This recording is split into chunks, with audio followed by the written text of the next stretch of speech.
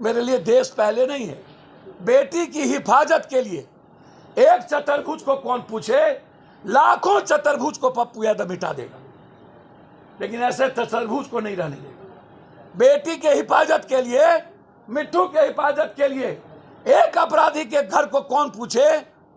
सरकार यदि उस अपराधी के घर, जो मानव तस्कर का अड्डा बना हुआ है, नहीं करती है तो पप्पू यादव उस घर को जनता के बदौलत मिटा देगा। ये मेरा आपको आग्रह है। धन्यवाद। पप्पू जी, आपने जिस तरीके से कहा, कह दिया एक सवाल सर, मणिपुर के सीएम को जिस तरीके से आपने कहा कि जहर कहाँ रहना चाहिए, वहाँ अपराध हो रहा है, तो बिहार में भी जिस तरीके से महिलाओं पर अपराध हो रहा है सर, 10,000 लोगों के सामने सामूहिक बलात्कार किया है ना, और वहां के मुख्यमंत्री कह रहे हैं कि सैकड़ों हो चुके हैं। नीतीश जी ने कभी इसको स्वीकार नहीं न किया। नीतीश जी ने कार्रवाई की है ना।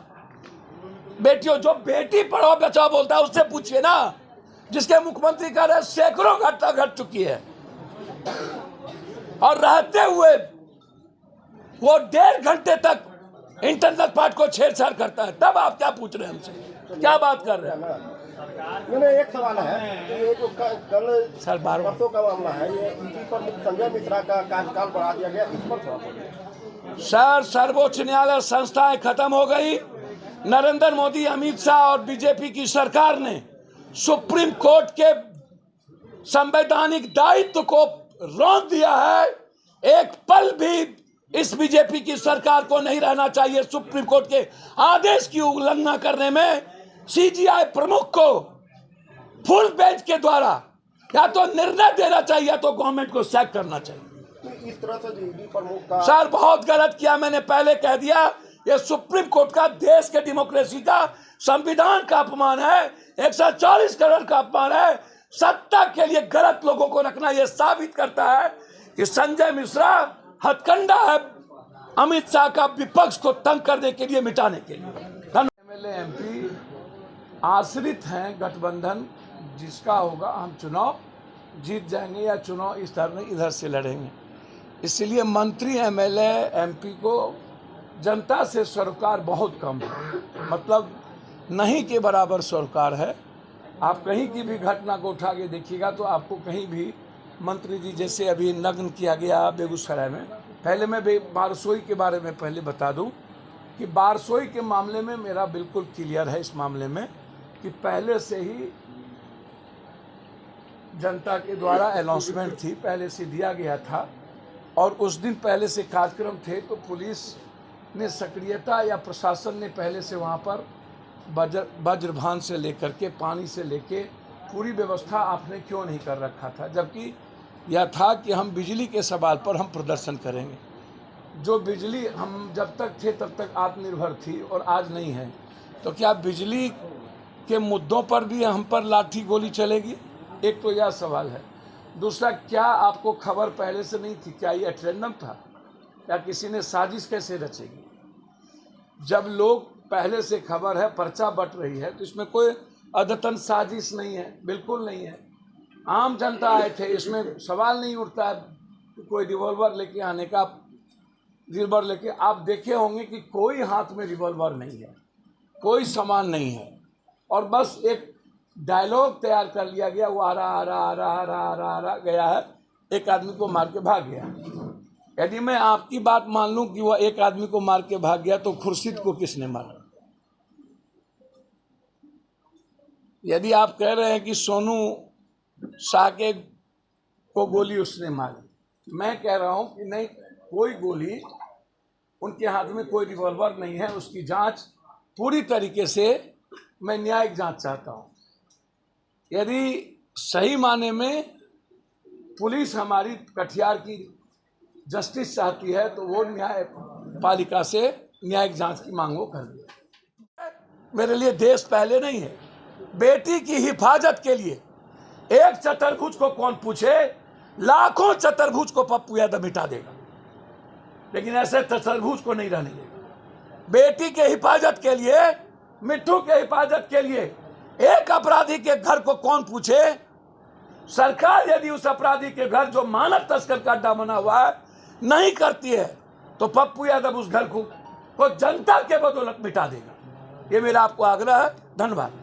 खुद ये आपने जिस तरीके से कहा, कह दिया एक सवाल सर कह मणिपुर के सीएम को जिस तरीके से आपने कहा कि जहर कहाँ रहना चाहिए, वहाँ अपराध हो रहा है, तो बिहार में भी जिस तरीके से महिलाओं पे अपराध हो रहा है सर, 10,000 लोगों के सामने सामूहिक बलात्कार किया है ना, और वहां के मुख्यमंत्री कह रहे हैं कि सैकड़ों हो चुके हैं। नीतीश जी ने कभी इसको स्वीकार नहीं ना किया। नीतीश जी ने कार्रवाई की है ना। बेटियों, जो बेटी पढ़ाओ बचाओ बोलता है उससे पूछिए ना, जिसके मुख्यमंत्री कह रहे हैं सैकड़ों घटना घट चुकी है,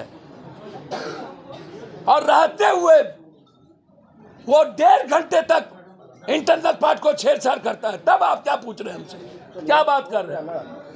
मैंने एक सवाल है कि ये जो कल सर परसों का मामला है, ये इसी पर संजय मिश्रा का कार्यकाल बढ़ा दिया गया, इस पर थोड़ा बोलिए। सर, सर्वोच्च न्यायालय संस्थाएं खत्म हो गई। नरेंद्र मोदी, अमित शाह और बीजेपी की सरकार ने सुप्रीम कोर्ट के संवैधानिक दायित्व को रोक दिया है। एक पल भी इस बीजेपी की सरकार को नहीं रहना चाहिए सुप्रीम कोर्ट के आदेश की उल्लंघना करने में। सीजीआई प्रमुख को फुल बेंच के द्वारा या तो निर्णय देना चाहिए या तो गवर्नमेंट को सैक करना चाहिए। इस तरह से ईडी प्रमुख का सर बहुत गलत किया। मैंने पहले कह दिया, ये सुप्रीम कोर्ट का, देश के डेमोक्रेसी का, संविधान का अपमान है, 140 करोड़ का अपमान है। सत्ता के लिए गलत लोगों को रखना यह साबित करता है कि संजय मिश्रा हथकंडा है अमित शाह का विपक्ष को तंग करने के लिए, मिटाने के लिए। में रहने वाले माले हैं वो भी न्यायिक जांच चाहते हैं, मैं भी न्यायिक जांच चाहता हूं। बिल्कुल आप जांच करा ली। यानी जो पहले मेरा बिल्कुल उसमें है कि कौन गोली, क्या माथे में 303 की गोली है, क्या माथे में किस रिवॉल्वर की गोली है। पुलिस के पास जो रिवॉल्वर है वो बिल्कुल अलग है, राइफल है वो बिल्कुल अलग है, तो गोली कौन सी लगी है ये भी तो इम्पोर्टेंट है पोस्टमार्टम। इसलिए मैं यदि एसपी साहब की बात मान भी लूँ, मुझे कोई आपत्ति नहीं है उनकी बात नहीं मानने में, तो क्या हम यह उम्मीद करें कि कटिहार प्रशासन इसकी गोलीकांड की जांच, न्यायिक जांच करेंगे? क्या सरकार मृतक को 50-50 लाख रुपया देंगे? क्या उस परिवार को नौकरी देंगे? हमारा किसी पर दोषारोपण नहीं है। मेरा दोषारोपण है कि ना लाठी थी, ना किसी के हाथ में कुछ था। आप उठा के देख लें, जनता बैठी रही। वहाँ के एसडीओ साहब एक बार निकलने का, मिलने का उन्होंने सौभाग्य प्राप्त, दर्शन नहीं दिया। एक बार यदि अपना दर्शन दे दिए होते जनता को भगवान के रूप में एसडीओ साहब, तो यह घटना घटित नहीं होती। और आपको मैं बहुत बड़े बड़े पदाधिकारी की, कटिहार की, मैं आपको बहुत जल्दी पूरी संपत्ति की आपको दूंगा। तो आपसे मेरा आग्रह यह है कि इतने दिन जनता रहने के बावजूद क्यों आप जनता से इतने देर रहने के बावजूद नहीं मिले? दोबारा जनता को क्यों आनी पड़ी? और आपने लाठी बिना चार्ज किए, बिना पानी चलाए, बिना आंसू गैस चलाए, बिना कुछ चलाए, आपने कमर के नीचे भी गोली नहीं चली, माथे के ऊपर गोली लगी, सीने में गोली लगी, तो ये तो जांच का विषय होगा ना। और इसको मैं दबने नहीं दूंगा। जरूरत होगी तो मैं इस मामले को लेकर के हाई कोर्ट जाऊंगा कि इसकी पूरी जांच मैं चाहता हूं। दूसरी और अंतिम बात इसमें कि गलत तरीके से वहां के नगर उपाध्यक्ष को इसमें इन्वॉल्व किया गया है। 41 में लगभग कई जनप्रतिनिधि को इसमें केस में डाला गया है। 1000 अननोन केस में डाला गया है। ये तो जनता पर आतंक का माहौल पैदा करने की शासन प्रशासन जो कोशिश कर रही है, इसके खिलाफ जरूरत होगी तो हम अनिश्चितकालीन भूख हड़ताल भी बैठेंगे। जरूरत पड़ेगा तो कटिहार और बारसोई बंद भी करेंगे। जरूरत पड़ेगा तो सीमांचल बंद करेंगे। जनता से ऊपर मेरे लिए ना तो कोई देश है, जनता से ऊपर ना मेरे लिए कोई सरकार है, जनता से ऊपर मेरे लिए सिर्फ संविधान है और उसके अलावा कुछ नहीं। जनता से ऊपर, जनता है तो देश है, जनता है जनता के लिए कानून संविधान बनाए गए हैं। इसीलिए जनता के सवाल पर हम अपनी सरकार की ताकत बन के खड़े हैं कि इसमें सरकार की कोई भूमिका नहीं है। इसमें कटिहार प्रशासन ने हमारी सरकार को एमनेस्टमेंट करने में कोई कसर नहीं बाकी रखा है। अकाउंटेबिलिटी तय होनी चाहिए सरकार के द्वारा कि ये जिम्मेदार कौन है, कौन लोग हैं, क्यों नहीं सजग थे। तो सरकार इस पर एक जांच कमेटी बैठा दे, उच्च स्तरीय तुरंत जांच कमेटी बैठा दे। जो लोग बारसोई में पदाधिकारी हैं उनका तुरंत टोटल का एसडीओ से लेकर डीएसपी से लेकर थाना से लेकर सबका तबादला कर दे और जांच बैठा के जो इसमें इन्वॉल्व है उसको सस्पेंड भी करे, उसको डिस्चार्ज भी करे और 302 का मुकदमा भी लगा। एक मैंने ये बात आपको कह दी। दूसरा, लगातार आपको मैं बता दूं कि आपको आश्चर्य होगा कि मैं चाहता हूं कि बिहार की बेटियों के खिलाफ अपराध की घटना बहुत जबरदस्त वृद्धि हुई। मेरा रिक्वेस्ट है, महिलाएं बच्चियों को रेप की तस्करी एवं जघन्य अपराधों की जांच एसटीएफ की तर्ज पर विशेष बल का एक गठन किया है। बिहार में एसटीएफ के तर्ज पर महिलाओं की सुरक्षा, मानव तस्करी से लेकर उसको लेकर के एक एसटीएफ का, उसके अलावा सांप्रदायिक हिंसा के मामलों में कार्रवाई के लिए भी विशेष बल बनाने पर मेरा बहुत क्लियर है। इसमें महिलाओं के खिलाफ अपराध और सांप्रदायिक हिंसा के मामले में अधिकतम 3 माह में अपराधियों को दंडित करने के लिए लक्ष्य त्वरित न्यायिक प्रक्रिया प्रावधान किया जाए। जिस जिले में एसपी महिलाओं के खिलाफ जघन्य अपराध, सांप्रदायिक हिंसा के मामले में त्वरित न्याय प्रक्रिया सुनिश्चित नहीं कर पाते, उन्हें 5 साल तक जिले में एसपी का दायित्व न दिया जाए। एक दिन में चीजें बदल जाएगी। जैसे बिहार में जो घटना घटित हुआ, बीजेपी का जो कैरेक्टर है वो बिल्कुल दोहरा कैरेक्टर है। बीजेपी ने ही जिस तरीके से मणिपुर में बीजेपी ने सारी चीज कराई और बीजेपी कह रही है कि एक बहुसंख्यक कोई बच्ची को मार रहा है, तो सरकार तो आपकी ही है, तो आपको जवाब देना है। सरकार तो आपकी है, तो आप जवाब देंगे ना कि आपके रहते हुए बहुसंख्यक को कैसे, बच्ची को कैसे मार रहा है। आप पर इंक्वायरी होनी चाहिए और आपको राष्ट्रपति शासन लगा देना चाहिए। तो बिहार में 5-6 घटना अभी इस कदर हुए हैं जो बहुत बड़ा घटना है। उसमें अभी मिट्ठू बच्ची जो 10 साल की बछवाड़ा में बलात्कार करके मार दिए गए हैं, जिंदा जला दिया और घर में दफना दिया। वह विक्रम सिंह और गुड्डू सिंह बछवाड़ा में जो वो चौथम वन जो गांव है उस चमथा एक जो गांव है वो मानव तस्करी भी करता है।